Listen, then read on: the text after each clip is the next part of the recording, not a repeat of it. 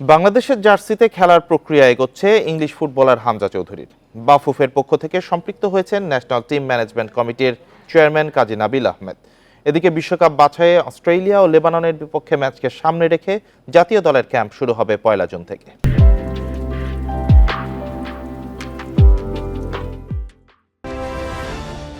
European ফুটবলে পরিচিত নাম বাংলাদেশি বংশোদ্ভূত হামজা চৌধুরী। লেস্টার সিটির সাবেক ডিফেন্সিভ মিডফিল্ডার বাংলাদেশের জার্সিতে খেলার আগ্রহ প্রকাশ করেন অনেক আগেই। পাসপোর্ট পাওয়ার প্রক্রিয়া শুরু করতে দেখা করেন লন্ডনে বাংলাদেশ হাই কমিশনে। তার মার সাথে আমাদের হাই কমিশনের অফিসের সাথে কথা হয়েছে, তার মার সাথে আমাদের এখানেও কথা হয়েছে। সুতরাং আমরা আশা করছি যখনই সেই নেক্সট অ্যাভেলেবেল থাকবে বাকি প্রক্রিয়াগুলো আমরা সামনে এগিয়ে নিয়ে যাব।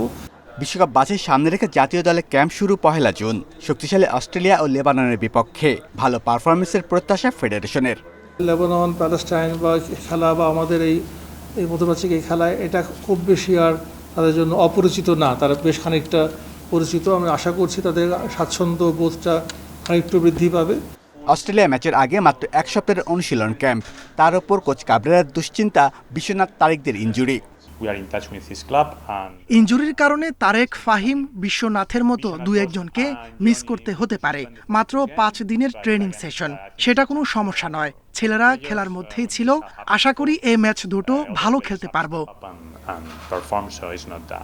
কিংস অ্যারেনায় 6 জুন বিশ্বকাপ বাছাইয়ে অস্ট্রেলিয়ার মুখোমুখি হবে বাংলাদেশ।